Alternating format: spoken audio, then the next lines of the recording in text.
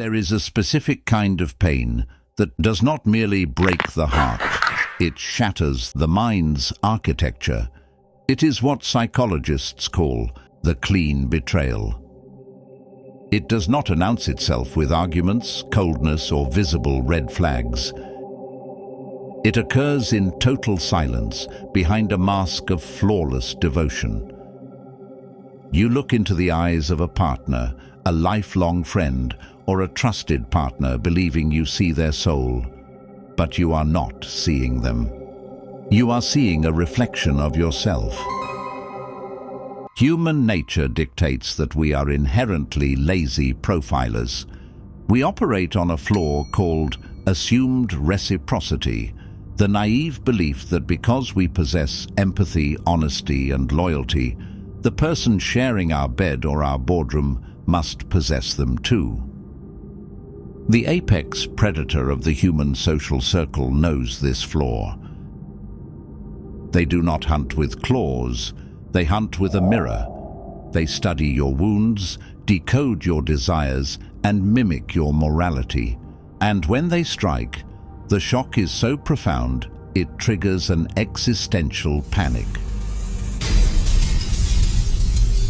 You do not just ask, "How could they do this to me?" You ask the far more dangerous question, "If I was completely wrong about them, what else am I wrong about?" Welcome to the eye behind the curtain. Today, we decode the anatomy of the wolf who mirrors your soul and the laws of power required to survive them. To understand the wolf, one must understand the law of strategic mirroring. In his masterwork, The 48 Laws of Power, Robert Greene notes that when you mirror your opponents, doing exactly as they do, you blind them. The emotional predator takes this law and weaponizes it for intimacy. When you first meet a chameleon, the chemistry feels divine. It feels like fate. They love the same obscure music. They share your exact philosophical views.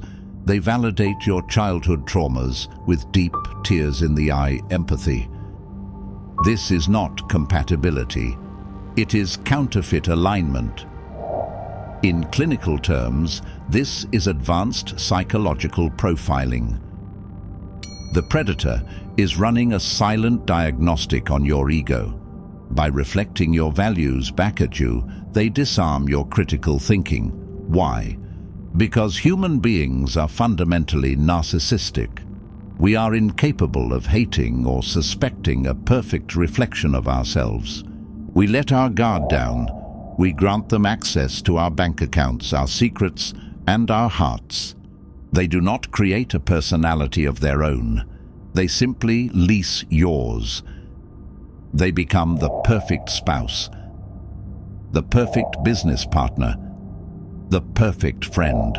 They wear your skin until they are fully integrated into your psychological ecosystem. A betrayal is never an impulsive act. It is a calculated exit strategy. The wolf does not wear the sheep's clothing forever. The mask is heavy, and eventually the predator grows to resent you for the very virtues they had to mimic. Then comes the cognitive cleave. Suddenly, without warning, the mirror shatters. The person who validated you for years suddenly treats you with a chilling, surgical indifference. When you confront them with evidence of their lies, their infidelity, or their financial deceit, you expect shame. You expect an apology. Instead, you meet a wall of ice. This is where the true psychological damage occurs. The predator does not just deny their actions, they attempt to rewrite your sanity. This is tactical gaslighting, designed to protect their own carefully constructed public image. They will tell your mutual friends that you are the unstable one. They will use the very secrets you whispered to them in moments of blind trust as weapons to assassinate your character. The human brain cannot easily process this transition. Your mind attempts to bridge the gap between the loving reflection you knew for years and the cold monster standing before you. This creates cognitive dissonance so severe it physically damages the nervous system, locking the victim into a trauma response of perpetual hypervigilance. The aftermath of a clean betrayal leaves the victim in a state of total isolation. You begin to audit your entire past. Every memory with that person becomes contaminated. Every laugh, every vacation, every shared tear is re-examined under the harsh light of suspicion. You realize you were playing a game of chess while believing you were sitting at a family dinner, but it goes deeper. The trust that was destroyed was not actually your trust in them. It was your trust in yourself.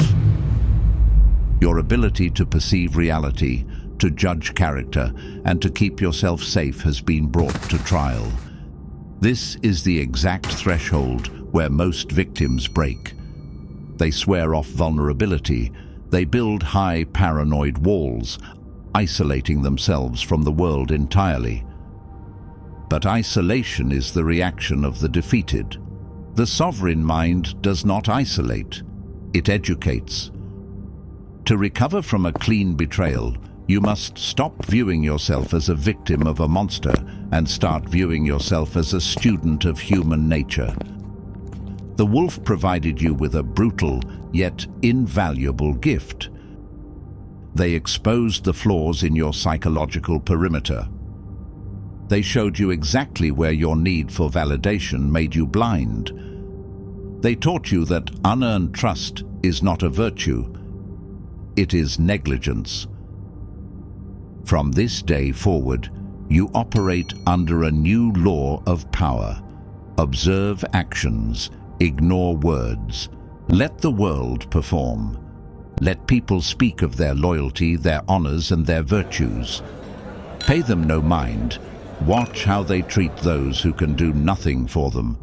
Watch how they behave when they think the lights are off. You survived the shattering of the mirror. The wolf took your innocence, but they left you with something far more dangerous. Discernment. The curtain has been pulled back. You see the game clearly now. If you are ready to fortify your perimeter and master the hidden laws of human behavior, subscribe to the channel. Next week, we dissect the architecture of love bombing and how to spot a psychological script before it ensnares you. Stay vigilant. And welcome to the eye behind the curtain.